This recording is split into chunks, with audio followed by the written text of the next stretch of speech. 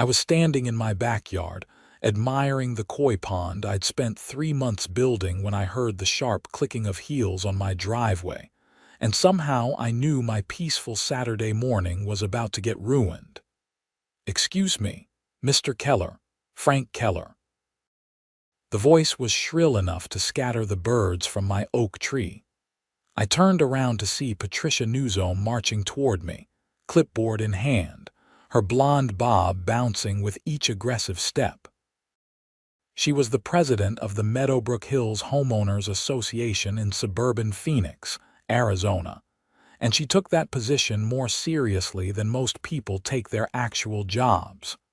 "Patricia," I said, keeping my voice neutral, "what can I do for you?" She stopped at the edge of my deck, her eyes scanning my backyard like a general surveying enemy territory. When her gaze landed on my pond, her lips pressed into a thin line that could have cut glass. "That," she said, pointing at my beautiful water feature with a manicured nail, "is a violation of our HOA regulations. Section 12, subsection 4, paragraph 3 clearly states that any water features exceeding 10 square feet require board approval. That monstrosity must be at least 40 square feet." I felt my jaw clench. "Actually, it's 35 square feet, and I wasn't aware I needed approval for landscaping on my own property. Ignorance of the rules doesn't excuse you from following them." She flipped through papers on her clipboard. "I'm issuing you a formal violation notice. You have 30 days to remove it or you'll face daily fines of $100. $100 a day." I couldn't believe what I was hearing. "Patricia, come on, it's just a pond." "It's not hurting anyone. Rules are rules, Frank. The HOA exists to maintain property values and community standards. Your unauthorized construction compromises both." She tore off a yellow sheet from her clipboard and thrust it at me. "30 days. Have a nice weekend." She turned and walked away, leaving me standing there with a violation notice in one hand and my coffee growing cold in the other.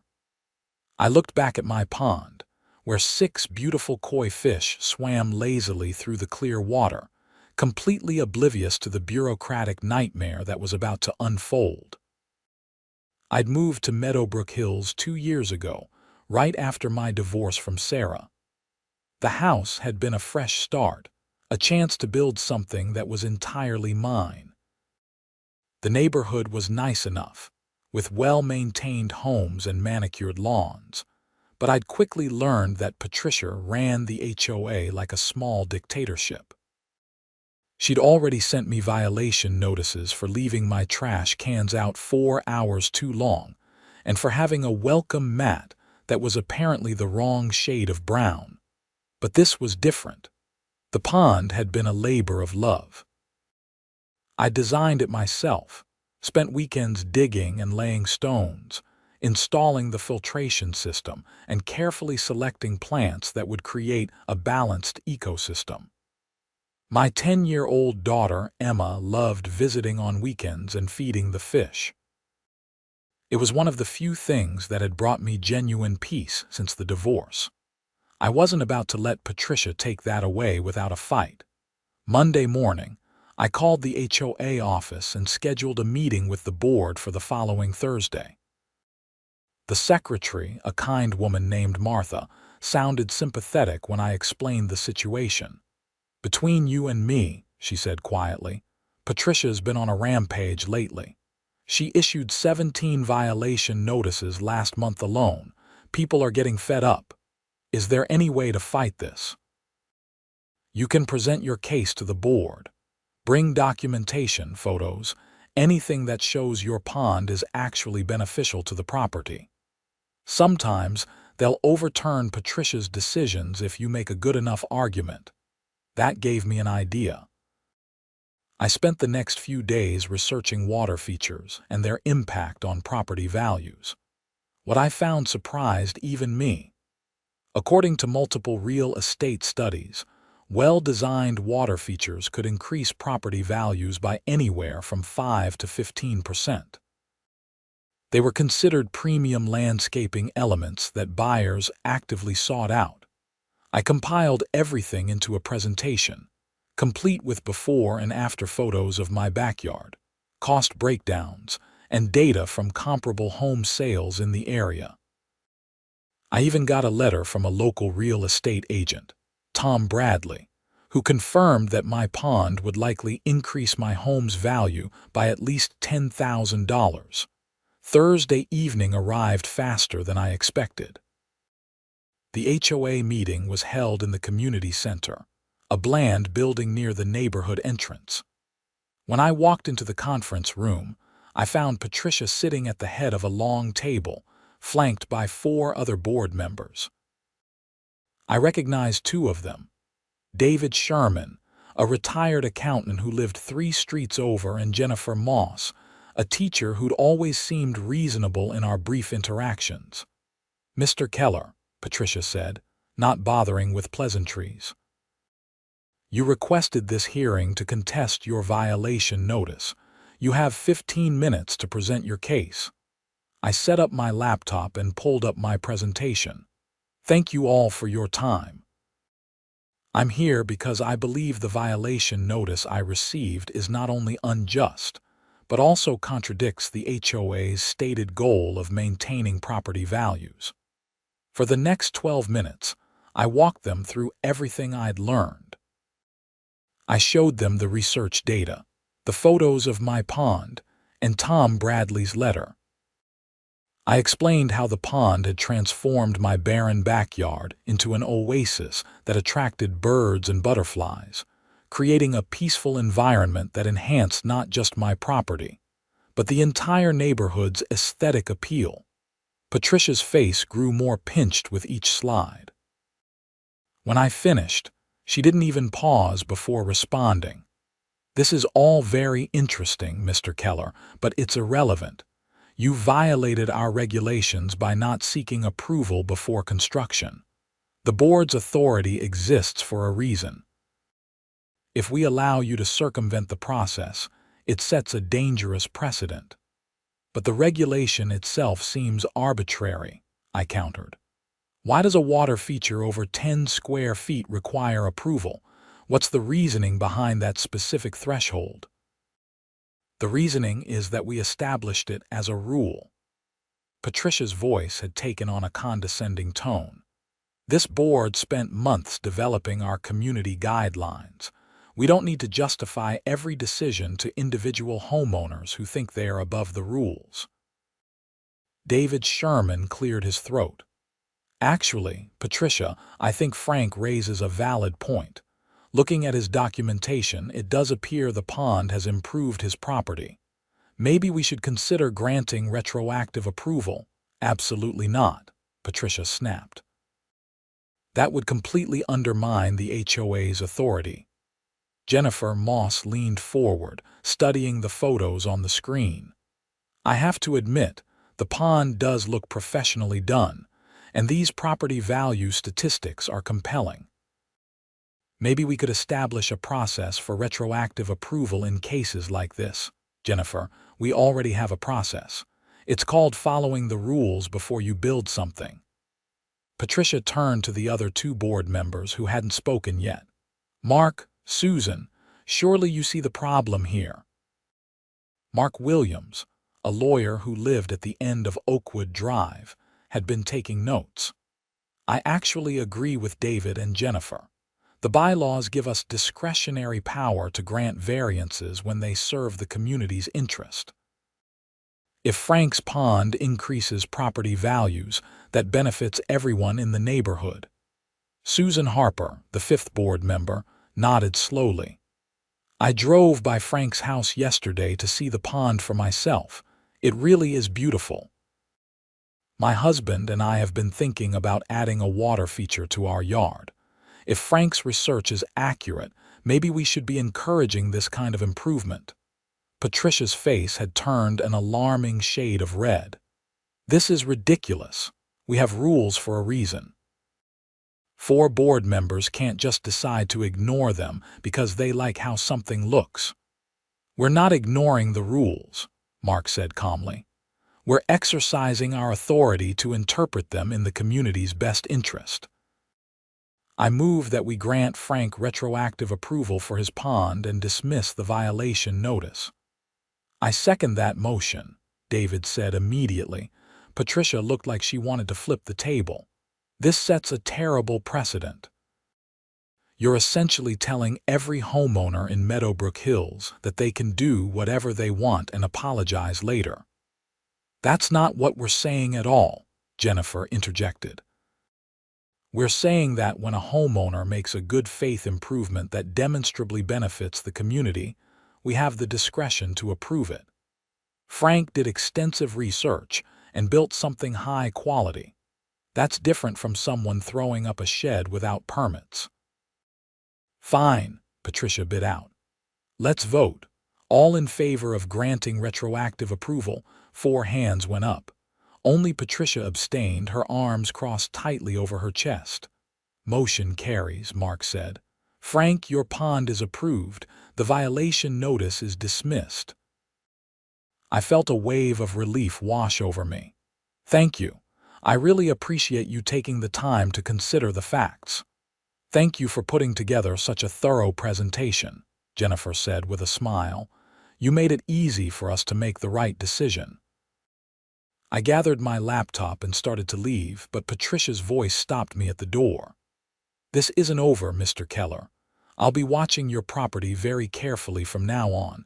Any violation, no matter how small, and you'll be hearing from me. I turned back to look at her. I follow the rules, Patricia. All I ask is that they be applied fairly. I left the community center feeling victorious but also uneasy. Patricia wasn't the type to let a defeat go unchallenged. I had a feeling I'd just made a very determined enemy. The next few weeks were blissfully quiet. Emma came over for her regular weekend visits, and we spent hours by the pond. I taught her about the nitrogen cycle and how the plants filtered the water naturally. She named each of the koi and insisted on feeding them every morning she stayed with me. Dad, can we get more fish? She asked one sunny Saturday in March. Maybe some that are different colors. Maybe, I said, watching her carefully sprinkle food across the water's surface. We need to make sure the pond can support more fish first. It's all about balance. Like how you balanced winning against the mean HOA lady, I laughed. Something like that, yeah. But my sense of security was shattered 3 weeks after the board meeting. I came home from work to find another violation notice stuck to my front door. This one cited me for having grass that exceeded the maximum allowable height of 3 inches. I walked around to my front yard and stared at my lawn. It looked identical to every other lawn on the street. I even got down with a tape measure and confirmed that my grass was exactly 2.5 inches tall, well within the acceptable range. The next day, another notice appeared. This one claimed my house numbers were the wrong color. They were black, which was exactly what the HOA guidelines specified. I took photos and sent them to Martha at the HOA office, along with a copy of the relevant regulation. I'm sorry, Frank, she said when I called to follow up. Patricia has been very insistent about these violations.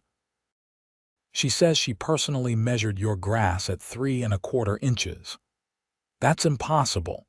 I literally measured it myself yesterday. I believe you, but she's the president, and she's within her rights to issue citations. Over the next month, I received 11 more violation notices. My mailbox was the wrong shade of black. I'd left a garden hose visible from the street.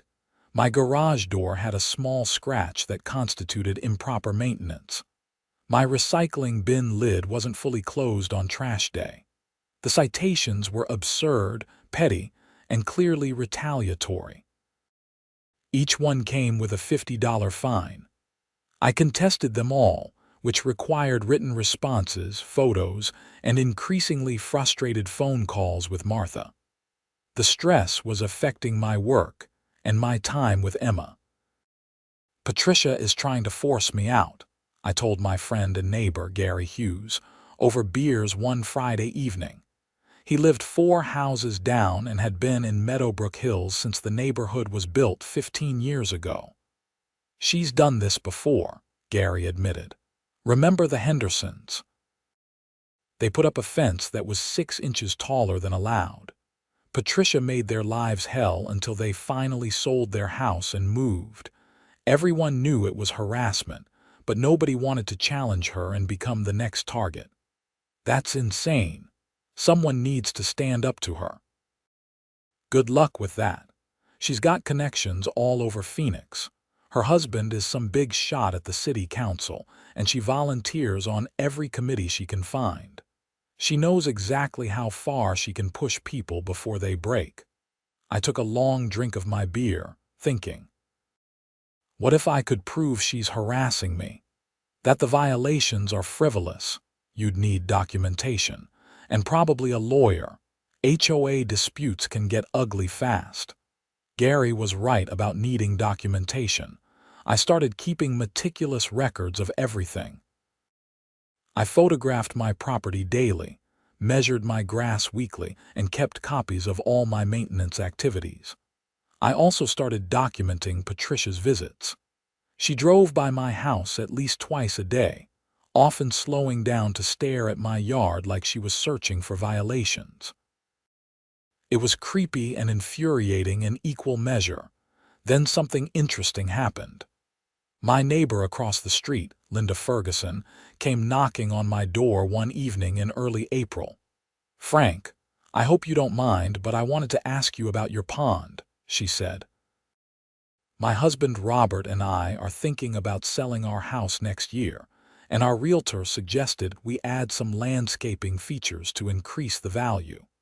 We were wondering if you'd be willing to share information about your pond." I invited her in and showed her all my research. She took notes and photos, asking detailed questions about costs and maintenance. "This is perfect," she said. "Our realtor said a water feature could add $15,000 to our asking price. We have a bigger backyard than you do, so we could probably go even larger." "Just make sure you get HOA approval first," I warned her. "Trust me on that," she laughed. "Oh, don't worry.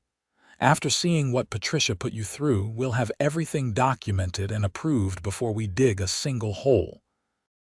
2 days later, Tom Bradley, the real estate agent who'd written the letter for my board hearing, called me out of the blue. "Frank, I hope you don't mind, but I've been getting calls from homeowners in your neighborhood asking about water features and property values. Word has gotten around about your situation with the HOA, and people are interested. Would you be willing to let me use your pond as an example when I talk to potential clients?" "Sure, I guess. What kind of interest are we talking about? Significant?" "I've had at least a dozen inquiries in the past 2 weeks. People love the idea of a backyard pond, especially in Phoenix where outdoor living space is so valuable. Your pond in particular has become kind of famous in local real estate circles." "Famous? That seems like an exaggeration." "Not really. I posted some photos on my professional Instagram and they went viral. You've got 5,000 likes and hundreds of comments. People are calling it the perfect example of value-added landscaping." I checked his Instagram after we hung up. Sure enough, photos of my pond had been shared and liked extensively. The comments were overwhelmingly positive. Real estate agents from across the Phoenix metro area were tagging clients and discussing how water features were becoming a major selling point in suburban neighborhoods. One comment in particular caught my eye. It was from a woman named Marcia Reynolds, who identified herself as a licensed property appraiser. She'd written, "This pond likely increased the home's value by at least 12 to 15%. In that neighborhood, that's $40,000 to $50,000. Smart investment by the homeowner, $40,000 to $50,000. I'd spent about $8,000 building the pond. That was an incredible return on investment. I screenshot the comment and several others, adding them to my growing file of documentation. I had a feeling I might need them. Sure enough, the following week I received my most ridiculous violation notice yet. Patricia claimed my pond constituted a safety hazard and was demanding that I install a fence around it or fill it in entirely. The fine for non-compliance was $500, with an additional $100 per day until the violation was corrected. This time, I didn't call Martha. I called Mark Williams, the lawyer on the HOA board. "Frank, I'm glad you called," he said when I explained the situation. "Patricia has been increasingly erratic since the board overruled her. She's issued 43 violation notices in the past month alone. The other board members and I have been discussing the situation. She's clearly targeting me specifically. This latest notice claims my pond is a safety hazard, which is absurd. It's 30 inches deep and surrounded by smooth stones. It's safer than most swimming pools." I agree. In fact, several of us think Patricia is abusing her authority. "We're calling a special board meeting for next Tuesday to address the issue. Can you attend?" Absolutely. The week leading up to the meeting was tense. Patricia continued driving by my house multiple times a day. She even stopped once and stood at the edge of my property, taking photos with her phone. When I went outside to ask what she was doing, she just smiled coldly and walked back to her car. "Building my case," she called out as she drove away. Tuesday evening, I arrived at the community center to find the parking lot more crowded than usual. Apparently, word had spread that something significant was happening. I recognized at least 20 homeowners from the neighborhood, including Gary, Linda, and Robert Ferguson, and several people I'd only seen in passing. Inside the conference room, Patricia sat at her usual spot, but her expression was different. She looked nervous, her fingers drumming on the table in front of her. Mark called the meeting to order. "Thank you all for coming. We've called this special session to address concerns about HOA management and enforcement practices. Several board members and community residents have raised questions about the appropriateness of recent violation notices and fines." Patricia straightened in her chair. "If this is about Frank Keller's pond again, I think we've wasted enough time on that subject." "Actually, Patricia, this is about your conduct as HOA president," Jennifer Moss said firmly. "Over the past 6 weeks, you've issued 61 violation notices to homeowners in this community. That's more than you issued in the entire previous year. I've been doing my job. Enforcement has been lax, and I'm correcting that." David Sherman pulled out a folder thick with papers. "I've reviewed every violation notice you've issued since the last board meeting. Of the 61 citations, 43 have been contested and ultimately dismissed because they were either factually incorrect or based on misinterpretation of the rules. That's a 70% error rate, Patricia." Murmurs rippled through the audience. Patricia's face flushed. "Those homeowners manipulated evidence. They're trying to undermine the HOA's authority." "Actually," Mark interjected, "I've reviewed the evidence myself. In most cases, the violations simply didn't exist. You cited Frank for grass that was within height requirements. You cited the Johnsons for a tree that needed trimming when they'd had it professionally pruned the week before. You cited the Patels for a damaged fence that was actually in perfect condition. I think we need to discuss Patricia's position as president," Susan Harper said quietly. "This pattern of behavior is damaging to the community and exposes the HOA to potential legal liability." Patricia stood up abruptly, her chair scraping loudly against the floor. "You're going to remove me, after everything I've done for this neighborhood. I've maintained standards and property values while the rest of you sat back and did nothing." Actually, you haven't maintained property values, I said, speaking up for the first time. You've actively worked against them. Everyone turned to look at me. Patricia's eyes narrowed dangerously. I'm sorry, what? She said icily. I stood up and pulled out my folder of documentation. May I address the board? Mark nodded. Please.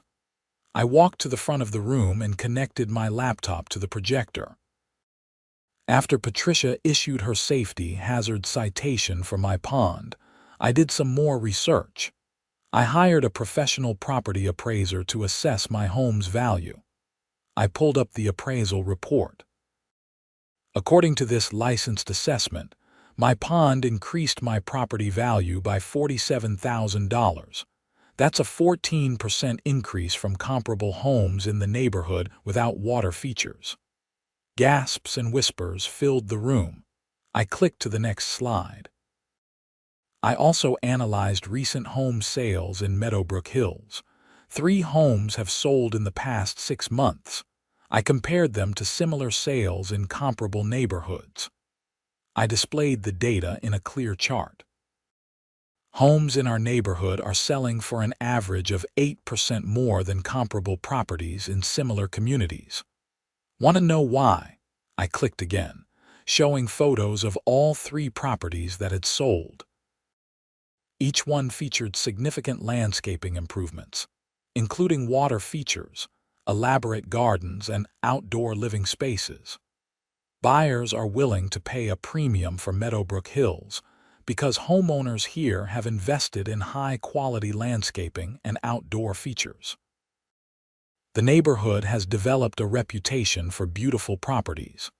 Patricia's aggressive enforcement of minor violations and her attempt to force me to remove my pond would have directly contradicted the trend that's actually increasing all of our property values. I looked directly at Patricia. You keep saying you're protecting property values, but the data shows you're doing the opposite. You're trying to prevent the exact improvements that make our homes more valuable. Patricia's face had gone from red to pale. That's not true. Rules exist for a reason. Some rules do, I agreed. But rules that prevent homeowners from making good faith improvements that benefit the entire community. Those rules need to be changed. Linda Ferguson stood up from the audience. I want to add something. Robert and I got approval to build a water feature in our backyard. We submitted our application 3 weeks ago. It meets all the size requirements and follows every guideline. Patricia has been sitting on our application, refusing to approve or deny it. That's because I'm still reviewing it, Patricia protested, for 3 weeks. The bylaws state that applications must be reviewed within 10 business days. Mark made a note on his pad. Patricia, is this true? Have you been delaying applications? I've been thorough. That's not the same as delaying. Another voice spoke up from the back. She's been delaying mine too. I applied to repaint my house the same color it already is, which shouldn't even require approval, and she's been holding up the application for a month. More homeowners began speaking up, sharing their own stories of delayed applications, nitpicking enforcement, and what increasingly sounded like systematic harassment of anyone who disagreed with Patricia's vision for the neighborhood. Mark held up his hand for quiet. I think we've heard enough. I move that the board vote to remove Patricia Newsome as HOA president, effective immediately. Seconded, David Sherman said quickly. All in favor? 4 hands went up. Patricia stood alone. The motion carries. Patricia, you're removed as president. Please surrender the HOA office keys to Martha by the end of the week. Patricia grabbed her belongings, her movements sharp and angry. You're all making a huge mistake. This neighborhood will fall apart without proper leadership. And you, she pointed at me, I'll be filing a formal complaint with the county about your pond. It's a public safety hazard, and I'll make sure the proper authorities know about it. She stormed out, leaving a stunned silence in her wake. Mark sighed heavily. I think we all need a break. Let's reconvene in 15 minutes to discuss next steps and elect an interim president. I stepped outside for some air. Gary joined me, clapping me on the shoulder. That was something else, man. I've never seen Patricia actually lose control like that. She's going to make good on her threat about the county, isn't she? Probably. But your pond is completely legal. You have permits, it meets all the building codes, and you've got documentation proving it's safe. She's just angry.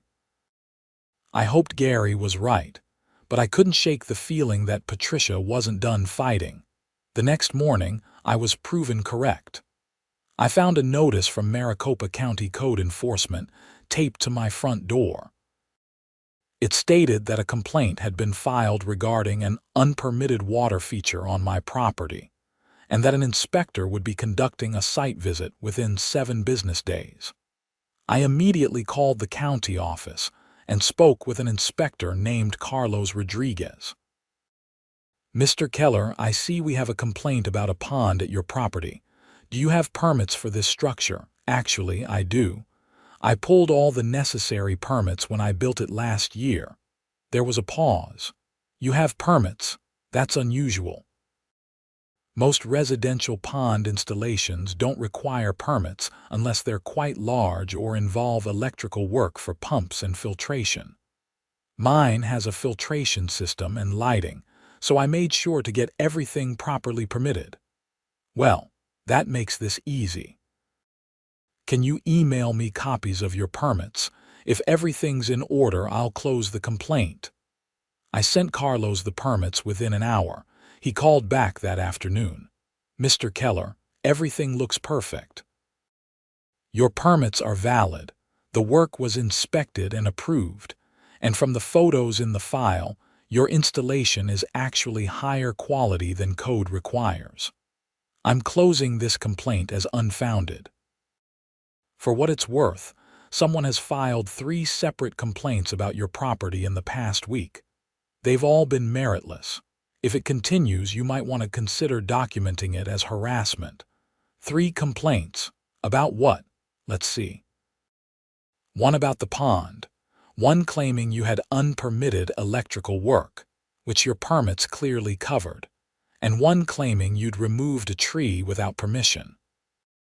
That last one was particularly odd because the satellite imagery shows no trees have been removed from your property in the past 5 years. Patricia was escalating. Filing false reports with the county was a serious matter, but I wasn't sure what I could do about it without proof that she was behind it. That proof came 2 days later in the most unexpected way. I was at work when my phone rang. The caller ID showed it was Martha from the HOA office. Frank, I need to talk to you about something, but it has to stay confidential. Can you come by the office today? Is everything okay? Just please come by. After 5, when Patricia won't be here. I arrived at the HOA office at 5:15. Martha looked nervous, glancing around as she let me into the small office. I could lose my job for this, she said, but I can't stay quiet anymore. Patricia has been using the HOA office to conduct what I can only describe as a harassment campaign against you and several other homeowners. She pulled up files on the computer. Look at this. These are all the county complaints filed in the past 2 weeks. Patricia has been using her position on various city committees to file official complaints, then using her connections to try to expedite investigations. The screen showed dozens of complaints. Most were against me, but others targeted homeowners who'd spoken up at the board meeting. There's more, Martha continued. She's been contacting real estate agents in the area, telling them that Meadowbrook Hills is having major HOA disputes and that property values are about to plummet. She's trying to scare off potential buyers. Why would she do that? It hurts everyone in the neighborhood, including her. I think she wants to prove that removing her as president was a mistake. If property values drop or sales slow down, She can say I told you so and try to get her position back. I felt my anger rising. This has to be illegal. Filing false reports, spreading misinformation about property values. Probably, but I don't know what to do about it. She's well connected and I'm just an administrative assistant. You have documentation of all this. Martha hesitated, then nodded. I've been keeping copies, just in case. Would you be willing to share them with the HOA board? They need to know what she's doing. Only if you promise to keep my name out of it initially. I need this job, Frank. I'm a single mom with 2 kids. I promise. We'll find a way to present this information without putting you at risk. Martha burned everything onto a flash drive and handed it to me. Please be careful. Patricia is vindictive, and she doesn't take losing well.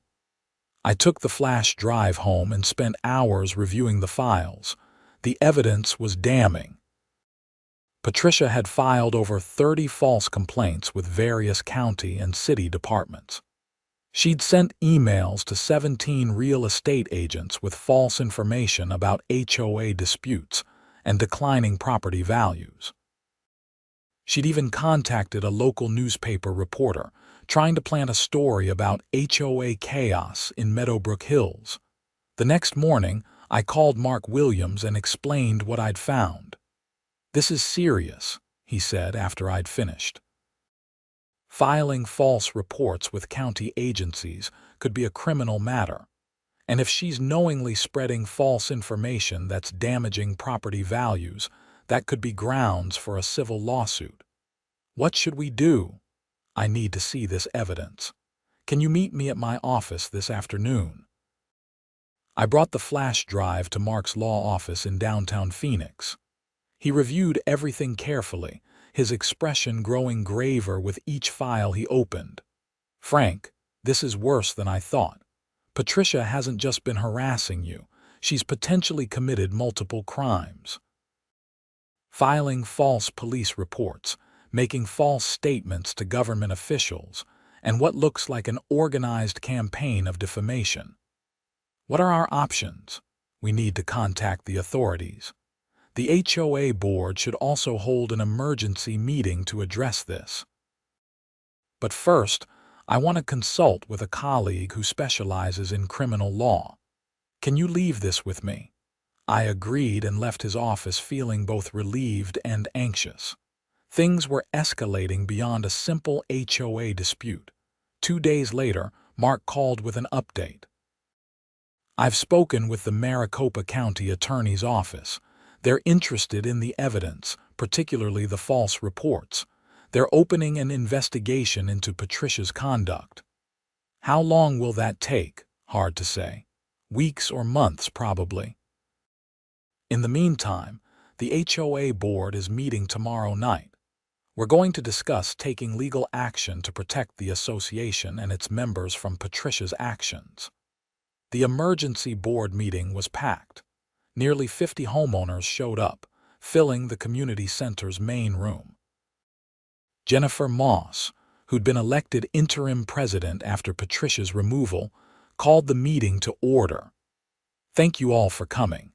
We have several serious matters to discuss tonight regarding the conduct of our former president, Patricia Newsom. For the next hour, the board presented evidence of Patricia's harassment campaign. They'd consulted with attorneys and decided that the HOA needed to formally disassociate itself from her actions and make clear that she was acting without authority or approval. Several homeowners spoke about their own experiences with Patricia's retaliation. The Patels described how she tried to prevent them from installing solar panels, falsely claiming they violated neighborhood aesthetics. The Johnsons explained how she'd filed a complaint with Child Protective Services, making false allegations about their teenage son, because they'd supported the motion to remove her as president. That last revelation sent shockwaves through the room. Making false reports to CPS was potentially criminal and certainly unethical. We need to do something, Gary said, standing up. Patricia can't be allowed to keep terrorizing this neighborhood. Jennifer nodded. The board agrees. We've drafted a formal letter that will be sent to Patricia, notifying her that any future actions she takes representing herself as speaking for the HOA will be considered fraud. We're also notifying all the agencies she's contacted that she no longer has any authority to act on behalf of Meadowbrook Hills. What about legal action? Someone called out. That's being discussed. Mark can explain. Mark stood up. The HOA is considering filing a civil lawsuit against Patricia for damages related to her defamation campaign. If she successfully scared off potential buyers or damaged property values with her false statements, the association could seek compensation. Individual homeowners who have been harmed by her actions could also pursue their own claims. I'm in, I said immediately. She filed at least 8 false complaints against me personally. Several other homeowners voiced their support for legal action. Jennifer made notes and promised to keep everyone updated. As the meeting wrapped up, Linda Ferguson approached me. Frank, I wanted you to know that Robert and I finally got approval for our pond. We started construction last week. We've also had 3 neighbors ask us about it. Your pond has started a trend. That's great, Linda. Just be prepared for the maintenance. It's more work than you'd think. We don't mind. And honestly, after everything you've been through, if our pond helps prove that Patricia was wrong about property values, it's worth it. Over the next few weeks, an interesting pattern developed. 4 more families in Meadowbrook Hills began planning water features for their backyards. 2 others installed elaborate garden designs. The neighborhood was experiencing a landscaping boom, with homeowners investing in improvements they'd previously avoided for fear of HOA retaliation. Tom Bradley, the real estate agent, called to tell me that Meadowbrook Hills had become one of the most sought-after neighborhoods in the area. I'm getting calls from buyers specifically asking about your neighborhood. They love the idea of a community that encourages quality outdoor living spaces. 3 homes went on the market in June. All 3 sold within 2 weeks, each for at least 10% over asking price. The buyers specifically cited the neighborhood's beautiful landscaping and the presence of water features and gardens as major selling points. I compiled this data and presented it at the next board meeting. I know we're dealing with the fallout from Patricia's actions, but I think we should also look forward. The market is telling us something important. Buyers want neighborhoods with character and beauty, not sterile uniformity. What are you proposing? Jennifer asked. I think we should revise the HOA guidelines to actively encourage quality landscaping improvements. Make it easier for homeowners to get approval for water features, gardens, outdoor living spaces. Let's lean into what's working instead of fighting it. David Sherman nodded enthusiastically. I've been thinking the same thing. We could create a fast-track approval process for improvements that meet certain quality standards. The board voted unanimously to form a committee to revise the landscaping guidelines. I volunteered to serve on it, along with Linda Ferguson, Gary, and 2 other homeowners who'd done extensive landscaping work. Meanwhile, the investigation into Patricia's conduct was moving forward. In late July, I was contacted by an investigator from the county attorney's office, Detective Sarah Chen. Mr. Keller, I'm following up on the complaints filed by Patricia Newsome. We've confirmed that she filed at least 12 false reports with various agencies. That's a serious matter. I need to get a formal statement from you about the impact these false reports had on you. I met with Detective Chen and provided a detailed statement. I explained the stress, the time wasted responding to false complaints, and the potential damage to my reputation from having multiple government investigations opened against me, even though they were all ultimately dismissed. Has Miss Newsom contacted you directly since her removal from the HOA board? Detective Chen asked. No direct contact, but she drives by my house regularly, at least once a day, sometimes more.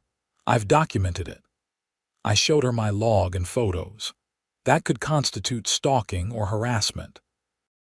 Combined with the false reports, we're looking at potential criminal charges. Really, I thought this was more of a civil matter. Filing a false report with a government agency is a crime in Arizona. When you file multiple false reports as part of an organized campaign of harassment that can elevate to more serious charges, the county attorney is reviewing the case now. 2 weeks later, I was at work when my phone rang. It was Mark Williams. Frank, I wanted to give you a heads up. Patricia was arrested this morning. She's being charged with multiple counts of filing false reports and 1 count of criminal harassment.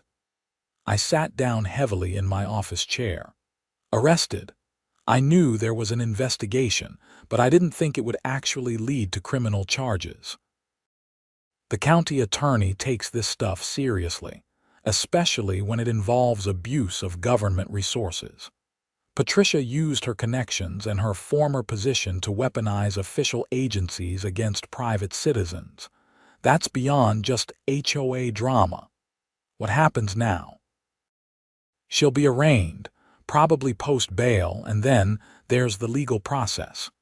The HOA is also moving forward with a civil lawsuit for damages.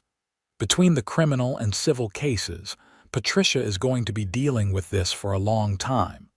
I felt a strange mix of emotions. Relief that the harassment was finally being taken seriously. Guilt that my pond had somehow triggered this whole mess. Satisfaction that justice was being served, and mostly just exhaustion from months of stress and conflict. That evening, I sat by my pond with a beer, watching the koi swim their lazy circles. Emma was coming over for the weekend, and I'd promised to take her to the Phoenix Zoo. Normal life was resuming, slowly but surely. My phone buzzed with a text from Gary. Did you hear about Patricia? Holy cow, man, you took down the dragon. I smiled and typed back. I just wanted to keep my pond. The next few months were relatively quiet. Patricia posted bail and hired an expensive defense attorney. The local news picked up the story, running pieces about HOA overreach and abuse of power. Meadowbrook Hills got more publicity than any of us wanted, but surprisingly, it didn't hurt property values. If anything, the narrative became about a neighborhood that stood up to a tyrant and embraced positive change. The landscaping committee completed its work in September. We presented revised guidelines that created a streamlined approval process for quality improvements. Water features, gardens, outdoor kitchens, and similar enhancements would receive fast-track approval as long as they met basic safety and aesthetic standards. The board approved the new guidelines unanimously. Within weeks, 6 more families began landscaping projects. Meadowbrook Hills was transforming from a bland suburban development into a showcase neighborhood. Patricia's criminal trial was scheduled for November. The county attorney offered her a plea deal, but according to Mark, she refused it, insisting she'd done nothing wrong. Her attorney was arguing that her actions, while perhaps overzealous, were within her rights as HOA president and a concerned citizen. The trial lasted 3 days. I was called as a witness and spent 2 hours on the stand describing the harassment campaign, the false complaints, and the impact on my life. The prosecution presented overwhelming evidence. Dozens of false reports, emails showing Patricia knew the complaints were baseless, and testimony from other homeowners about her retaliation. The jury deliberated for less than 4 hours before returning guilty verdicts on all counts. Patricia showed no emotion as the verdicts were read, but I saw her husband, a balding man in an expensive suit, put his head in his hands. Sentencing was scheduled for December.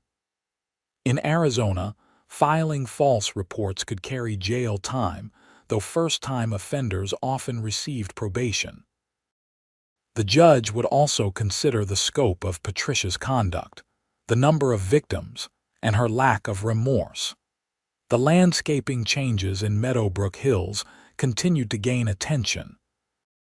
A local magazine ran a feature article about the neighborhood's transformation, with photos of my pond featured prominently. The article quoted Jennifer Moss saying, "Sometimes conflict can lead to positive change." Our former president tried to maintain rigid control, but our homeowners showed us that beautiful, well-designed improvements benefit everyone. Tom Bradley called me with exciting news in November. "Frank, you're not going to believe this. Remember how I said your pond became famous in real estate circles? Well, it's gone beyond that. I've been contacted by 3 different home and garden publications wanting to feature it. Are you interested? Publications, like magazines." Exactly. They want to do photo shoots and interviews about how your water feature transformed your property and inspired a neighborhood-wide movement toward quality landscaping. I was skeptical, but agreed. A photographer came out the following week and spent hours capturing my pond from every angle. They interviewed me about the design process, the conflict with the HOA, and how the pond had become a symbol of homeowners standing up for thoughtful improvements. The article was published in February, by which time my pond was part of a much larger story. Meadowbrook Hills had been featured in real estate listings as one of Phoenix's most desirable neighborhoods. Property values had increased by an average of 12% over the past year, significantly outpacing comparable communities. The HOA's decision to embrace quality improvements instead of rigid enforcement had paid off in concrete financial terms. Every homeowner in the neighborhood had benefited from the conflict that started with my pond. Patricia's sentencing hearing arrived in mid-December. The courtroom was packed with residents from Meadowbrook Hills. The judge listened to impact statements from multiple victims, including me. I described the stress, the anxiety of constant surveillance, and the violation of having false reports filed against me with government agencies. Patricia's attorney argued for probation, emphasizing her clean record and her community service history. But the judge was unimpressed. "Miss Newsom, you held a position of trust and authority in your community. You used that position not to serve your neighbors, but to harass and intimidate them when they disagreed with you. You filed false reports with multiple government agencies, wasting taxpayer resources and potentially damaging innocent people's reputations. You showed no remorse throughout this process. This court cannot overlook such egregious abuse of power." The judge sentenced Patricia to 18 months in county jail, with the possibility of work release after 6 months. She also imposed a $5,000 fine and ordered Patricia to pay restitution to the HOA for legal fees and damages. Patricia finally showed emotion, her face crumpling as deputies led her away. Her husband followed, and I felt a twinge of sympathy for him. He'd been caught in the wake of his wife's obsession with control. The civil lawsuit was settled in January. Patricia's homeowner's insurance agreed to pay $75,000 to the HOA to cover legal fees, investigative costs, and general damages. Individual homeowners, including me, received settlements ranging from $5,000 to $15,000 depending on the extent of harassment we'd experienced. I used my settlement money to expand my pond, adding a small waterfall and additional aquatic plants. Emma was thrilled with the improvements and spent hours arranging rocks and choosing new fish. "Dad, this is the best pond in the whole neighborhood," she said one sunny Saturday in February. "I don't know about that. The Fergusons have a pretty amazing one now, too." "Okay, maybe tied for best. But yours was first, so you win." I laughed and pulled her in for a hug. "We all win, kiddo. That's the point." Spring arrived, bringing with it a neighborhood-wide garden tour organized by the HOA. 23 homes participated, showcasing their landscaping improvements. My pond was a featured stop on the tour, and I spent the day talking to visitors about water features, fish care, and the importance of creating balanced ecosystems. The tour attracted over 300 visitors from across the Phoenix metro area. Several local news stations covered it, positioning Meadowbrook Hills as an example of successful community development and homeowner engagement. Jennifer Moss was interviewed for one segment. What started as a conflict over one resident's pond became an opportunity to reconsider what we wanted our neighborhood to be. We learned that trusting homeowners to make thoughtful improvements, rather than micro-managing every decision, created a more beautiful and valuable community. Property values continued to climb. By March, homes in Meadowbrook Hills were selling for an average of 18% more than they had a year earlier. Real estate agents specifically marketed the neighborhood's distinctive character and commitment to quality outdoor living spaces. I ran into Mark Williams at a neighborhood barbecue in April. "You know, Frank, when you first came to me about that violation notice, I never imagined it would lead to all this." "Neither did I. I just wanted to keep my pond." Sometimes the right fight at the right time changes everything. Patricia tried to maintain control through fear and rigid enforcement. "You showed there was a better way." I had a lot of help. The board, the other homeowners, people like you willing to stand up to her. "True. But you were the catalyst. Your pond became a symbol of something bigger." As summer arrived, bringing Phoenix's brutal heat, my backyard pond became a gathering place. Emma's friends loved visiting and feeding the fish. My neighbors would stop by in the evening to enjoy the sound of running water and the sight of the koi gliding through the clear water. Gary and his wife hosted a pool party in June, inviting most of the street. As we stood around their backyard, someone raised a toast to Frank and his pond. "May we all have the courage to build something beautiful and the stubbornness to defend it." Everyone laughed and raised their glasses. I felt Emma squeeze my hand. "You did good, Dad," she whispered, looking around at my neighbors, at the beautiful yards and happy faces, at a community that had come together and chosen beauty over uniformity. I had to agree. The fight to keep my pond had cost me time, money, and stress.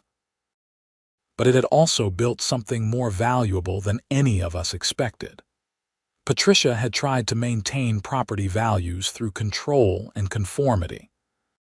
Instead, we discovered that trust, creativity, and individual initiative created something far more valuable.